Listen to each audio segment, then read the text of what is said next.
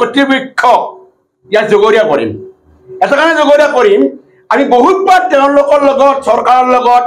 আৰু IOC কৰ্তৃপক্ষৰ লগত আলোচনা কৰাৰ পিছতো তেওঁলোকে বাৰবতী আমাৰ ট্ৰেন্সপৰ্টেশ্যনত এই বন্যা গোষ্ঠীক ৰঙা নদীখা পাৰি দি তেওঁলোকে আমাৰ অসমীয়া থলুৱা ব্যৱসায়খিনিক বঞ্চিত কৰিব ওলাইছে বাৰবতী আমি তেওঁলোকক কৈ আছো যে আমাৰ যিগিলা ডিমাণ্ড আছে সেই ডিমাণ্ডবোৰ আপোনালোকে চালি জাৰি চাই আমাক সুবিধা কম কৰি দিয়ক মাইনাছ বনোৱাৰ পিছতো তেওঁলোকে বাৰবতী টেণ্ডাৰখন ওলাই দিয়া এটা কৌশল ইয়াত সম্পূৰ্ণভাৱে চৰকাৰে কয় IOC কৰ্তৃপক্ষই দিব IOC কয় চৰকাৰৰ কৰ্তৃপক্ষই দিব এইখন আমাৰ থলুৱা নিবনুৱাসকললৈ এটা হেতালি খেলি আছে এই হেতালি খেলি এইবাৰ কি কৰিছে তেওঁলোকে টেণ্ডাৰখন মনে মনে উলাই দিছে উলাই দি কি কৰিছে ৰাজ্যক আগতকৈ পাব লগা ৰেটটো কমাই দিছে আমি যিবোৰ পইচা বকিয়া পাব আছো যিবোৰ আৰ্টিকেল পাব আছো আজিলৈ আমাক দিয়া নাই তেওঁলোকে এই কৌশল কৰিছে এই কৌশল কৰাৰ মূলতে হৈছে আমাৰ ট্ৰেন্সপৰ্টাৰ বন্ধুসকলৰ ভাটামাৰা চেষ্টা কৰিছে এই কৌশল কৰিছে IOC কৰ্তৃপক্ষ এজেঞ্চি আৰু চৰকাৰে মিলি কেনেকৈ এই থলুৱা ব্যৱসায়ীসকলক আঁতৰাই দিব পাৰে কেনেকৈ তেওঁলোকক আমি আঁতৰি গ'লে তেওঁলোকক পইচাবোৰ দিব নালাগে সেই ব্যৱস্থা কৰিছে গতিকে এতিয়া মানি লোৱা নহ'ব যেতিয়ালৈ আমাৰ এই দাবী মানি নল'ব চৰকাৰে আৰু IOC কৰ্তৃপক্ষই আৰু এজেঞ্চিৰ এই দালালিবোৰক শিক্ষা দিব লাগিব আৰু তেওঁলোকে বাৰবতী IOC কৰ্তৃপক্ষক কৈ থাকে যে যোৱাকালি এটা নিউজ ওলাইছে যিহেতু চৰকাৰৰ আলোচনা কৰি বিহিত ব্যৱস্থা ল'ব লাগে এই থলুৱা ব্যৱসায়ীবোৰক এটা তেওঁলোকৰ ওপৰত বিহিত ব্যৱস্থা ল'ব লাগে গতিকে IOC কৰ্তৃপক্ষৰ লগত আমাক যিবিলাক প্ৰাপ্য ধন আছে তেওঁলোকে আমাৰ প্ৰাপ্য ধনবিলাক নিদিয়াকৈ তেওঁলোকে নিবিদা আহ্বান কৰি দিছে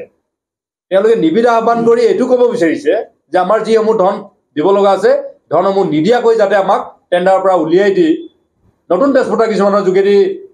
চিলিণ্ডাৰ সৰবৰাহ কৰোৱাই আমাৰ ধনবিলাক নিদিয়াকৈ তেওঁ বাচি যাবৰ কাৰণে এটা কৌশল ৰচনা কৰিছে গতিকে এই কৌশলৰ বিৰুদ্ধাচৰণ কৰি আমি বন্ধৰ দৰে কাৰ্যসূচী অসহযোগৰ দৰে কাৰ্যসূচী ল'ব লগা হৈছে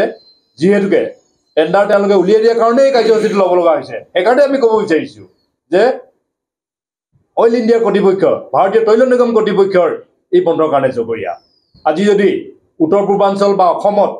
চিলিণ্ডাৰৰ যদি কিবা অভাৱৰ কাৰণে কিবা অভাৱনীয় পৰিস্থিতি যদি সৃষ্টি হয় তাৰ কাৰণে একমাত্ৰ জগৰীয়া হ'ব ইণ্ডিয়ান অইল কৰ্তৃপক্ষ চিম্পুল কথা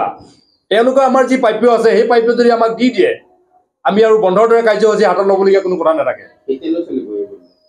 এই অনিৰ্দিষ্টকালীন বন্ধ তেওঁলোকে যেতিয়ালৈকে আমাৰ প্ৰাপ্যসমূহ আদায় দিয়াৰ লিখিত প্ৰতিশ্ৰুতি নিদিয়ে তেতিয়ালৈকে আমাৰ এই বন্ধ কাৰ্যসূচী চলি থাকিব চৰকাৰে যদি এজমা দিয়ে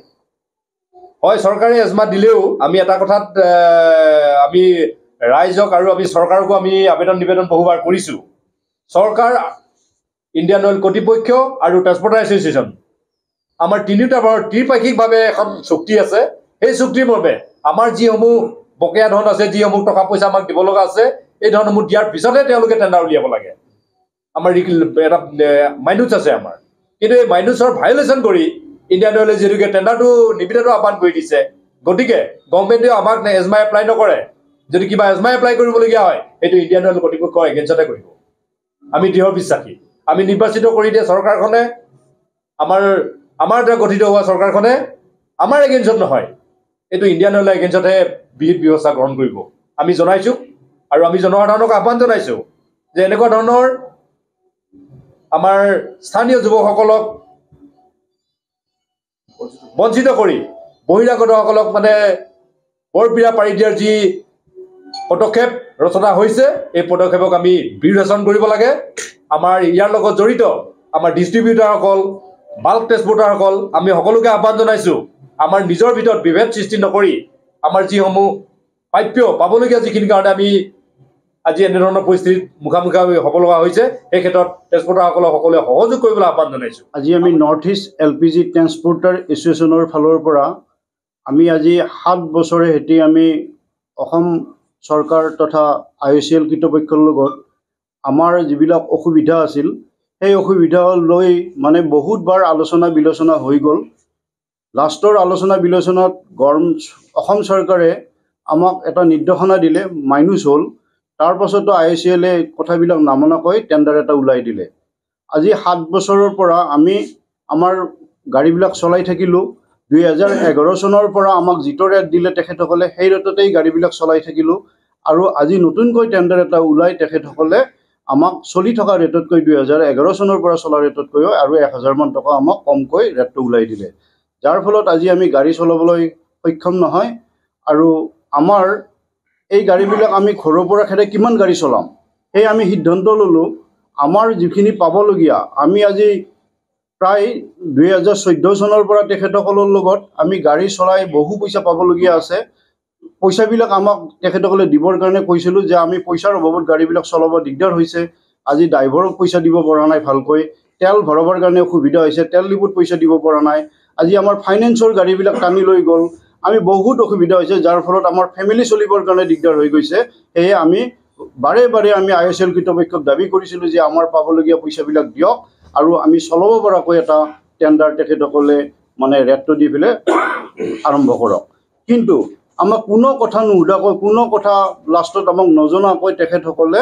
মানে টেণ্ডাৰটো ওলাই দিলে। আমি দেখিলোঁ যে তেখেতসকলে বাৰে বাৰে কৈ থাকে যে আমাক পইচাবিলাক দিব, টেণ্ডাৰৰ পিছত কিন্তু তেখেতসকলে পইচাবিলাক নিদিয়ে। তেনেকৈ আমাৰ 2007 চনতেই আমাৰ টেণ্ডাৰ হৈ গৈছিল, তাতে আমাৰ বহু ট্ৰেন্সপৰ্টাৰে পাবলগীয়া পইচা থাকি গ'ল। তেখেতসকলে লাষ্টত পইচাবিলাক মানে দিয়াৰ কোনো নামেই নলয়, নিদিলে। সেয়ে আমি 2007 চনৰ পৰা যিমান পাবলগীয়া পইচা আছে পইচাবিলাক আমাক দিয়ক। যদি আমি টেণ্ডাৰ মানে কম ৰেটত গাড়ী চলাব নোৱাৰোঁ, আমি গাড়ী নচলাম। আৰু তেখেতসকলে আমি যেনেকৈ তেখেতসকলে প্লেনবিলাক চলাব বিচাৰে চলক, আৰু এইখিনি আমি তেখেতসকলক দাবী কৰিছোঁ। আৰু যদি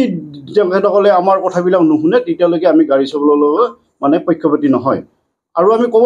অত্যাধুনিক চিকিৎসা পদ্ধতি আৰু কাৰিকৰী কৌশলেৰে সমৃদ্ধ হৈ ৰাইজৰ সেৱাত মুকলি হ'ল JNSM পলিক্লিনিক কাম diagnostic centre and multi speciality hospital. Paramedical প্ৰশিক্ষণৰ ব্যৱস্থাও উপলব্ধ। আমাৰ ঠিকনা